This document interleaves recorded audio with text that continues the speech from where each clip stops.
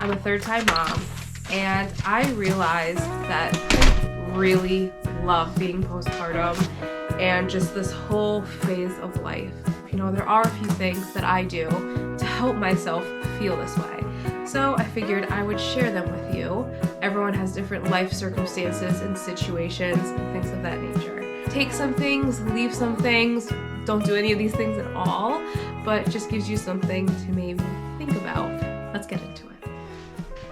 All right, so the first one I'm gonna talk about is no scrolling, and it is the hardest one, but I'm gonna give you a few tips, and let me explain. We all know our phones know us too well, and your phone is going to know that you are postpartum, had a baby, all of that jazz, and we know how the algorithm works. And what it's going to do, it's going to give you 5,000 opinions in 5 minutes about all of these things related to motherhood, whether it's birth, your newborn, sleeping, pooping, breastfeeding, formula, all of the things. And sure, some of those are going to be helpful, but a lot of them are going to make you, unfortunately, feel a lot of emotions, and you're already so vulnerable. It may trigger you and just make you feel like you're not doing enough or you're doing everything wrong, even though you're not, okay? Because it might make you feel that way. I think sometimes it's just best to avoid it. I think also, there's no science to back this point, but I think also that it takes away our maternal instincts, because then it has us questioning every movement, every single thing that we are doing. It sounds so easy to be like, oh yeah, duh, no, I just won't scroll. But no, it's extremely hard, especially when it's 2 a.m. and you are doing everything in your power to stay awake. So I get it. I am there, right there with you. So here are a few tips that might help. First, if you do want to scroll, what you can do is just go to the search bar and let's look up like specific videos that you might want to watch. So I have done just like looking at dinner recipes or dessert ideas, skincare. I've been looking at a lot of skincare stuff, you know, like things not particularly related to motherhood, but still like interesting to me. So everyone's gonna be different there, which really is not very healthy, but it gets the job done. That's online shopping. You don't have to buy the things. Listen, I did end up placing like 2 orders, but I online shopped for so many days in a row, just like looking at stuff, and that helps because it's interesting to me, right? It passes the time, keeps you awake, so that's another little tip. Also, just doing your best to stay off social media in general is a good idea. I would say during my postpartum, I would leave my phone somewhere very far away, because even just your friend group or like influencers you follow, it's really hard not to compare yourself. So in order for you not to do that, it's just easiest not to look at those accounts or other moms you might know in real life and seeing all of the things they're doing, how great they look postpartum. It's much easier not to compare yourself if you just don't consume that type of stuff. But I know that that's much harder said than doing. Just do your best to try to stay off the phone, stay off the scrolling. It will help your mental health, I promise.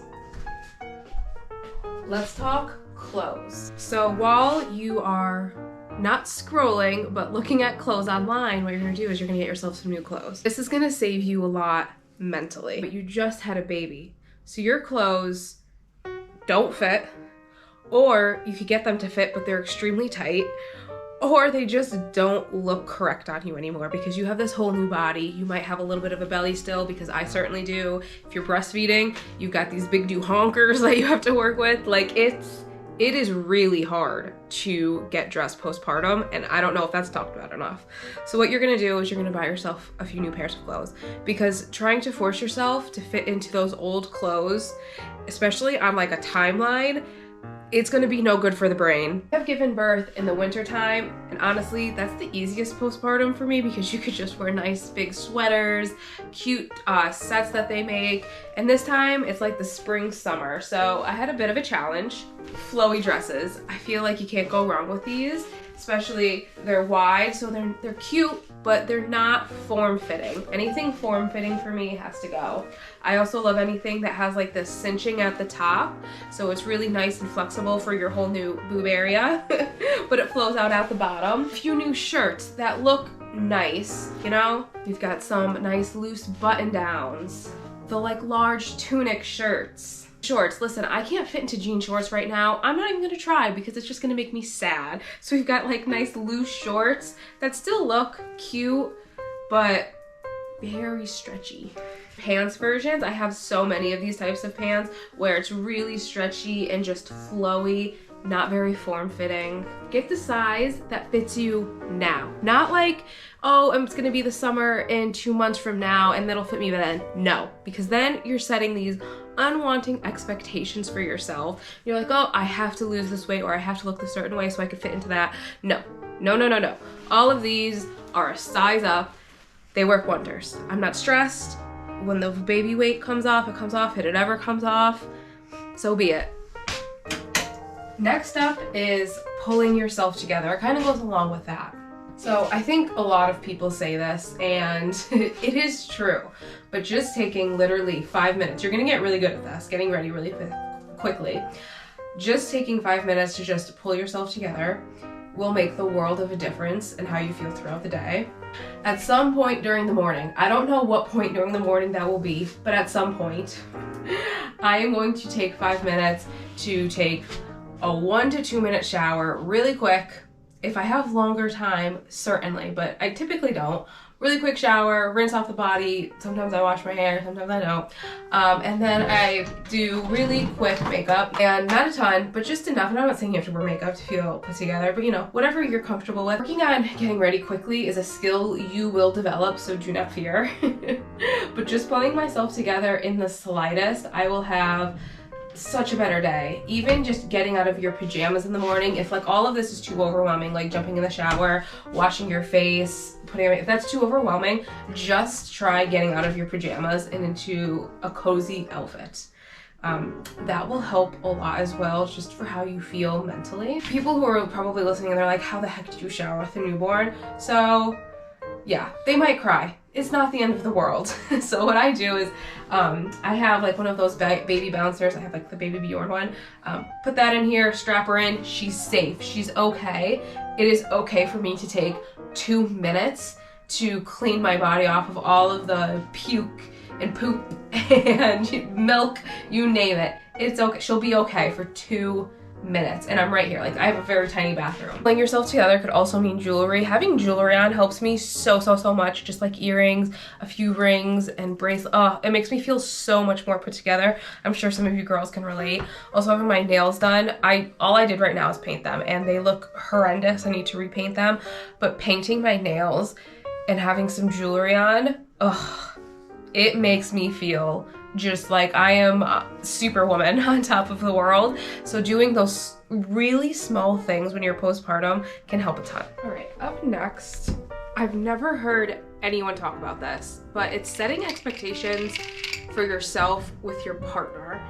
And let me explain this one. Just on Giggly Squad, if you listen to them, they were just talking about post-baby clarity, and that is so true. Meaning, once you have a baby, you really realize who your partner is and if you've made the right or wrong choice. And I really hope in this moment you've made the right choice.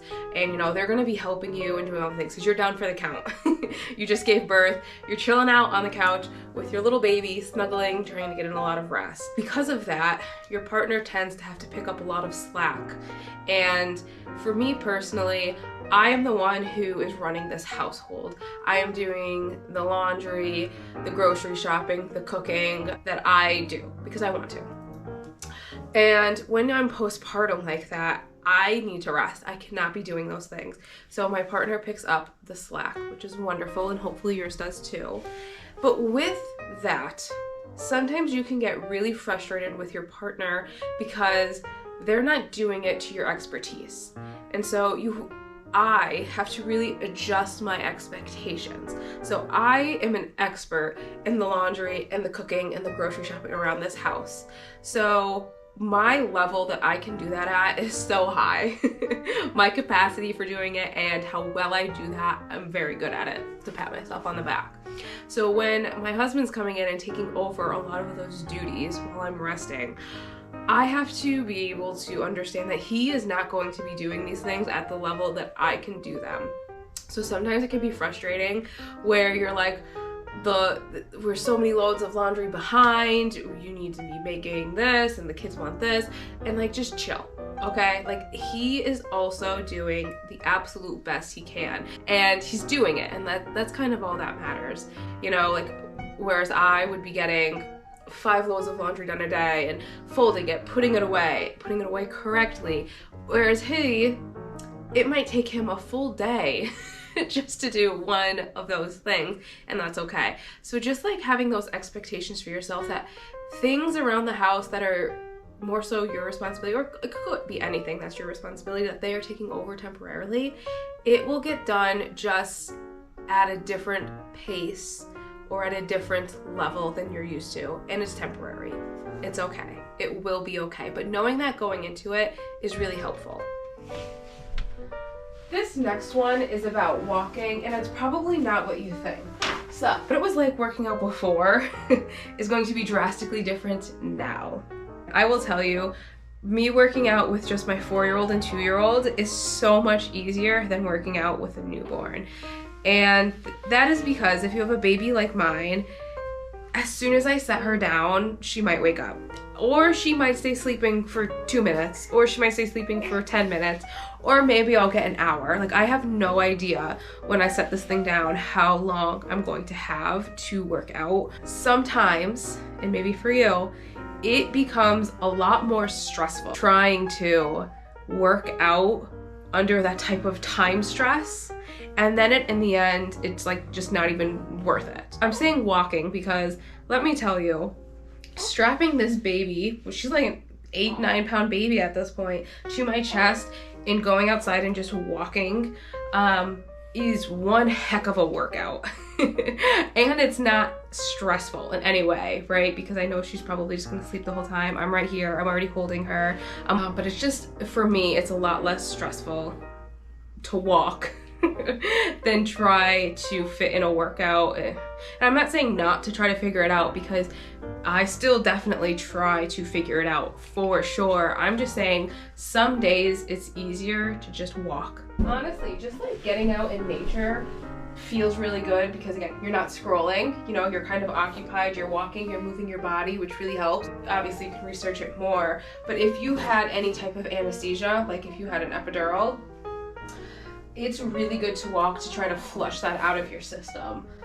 So I had C-section, so I had an epidural, so it was really helpful to walk to try to get that all out of me. And then there's also like studies about like hearing the birds and how that like really helps your brain. And I don't have like a goal, you know how some people like set 10K steps or a goal for themselves, and that is awesome, but I'm going to say sometimes the goal can just be to go for a walk and not have a time frame on it or a goal step on it, because then it puts a lot of pressure on you, and you probably already have a lot of pressure on you to begin with. We don't need to add anything else. Packed up all the newborn clothes. Okay. This last one is, it's okay to have no routine for a while. And honestly, to set expectations for yourself, you probably aren't going to have a routine for quite a while. And then once you do figure out your routine, something's gonna happen and something's gonna have to change. And so knowing about this type of flexibility you're going to have to learn to live with is something that is helpful. Like if it's your first baby, you are so used to doing everything on your own time, right? Like you wake up in the morning, you can go make breakfast, you can go shower, get ready, and head off to work. And the only person you really have to worry about is yourself. Whereas now, all of a sudden, you're going to be handed this baby who you don't know when they're gonna wanna eat, or when you have to change their diaper, or you're gonna get really good at doing things with one hand. Like, your world is going to change drastically. So it's okay if you're like 10 weeks postpartum and you have absolutely no routine. That's totally okay. Even now, going from 2 to 3 kids, my mornings totally look different because I don't know when she's gonna want to eat, but I still have to drop my girls off, so you figure it out as you go type of thing.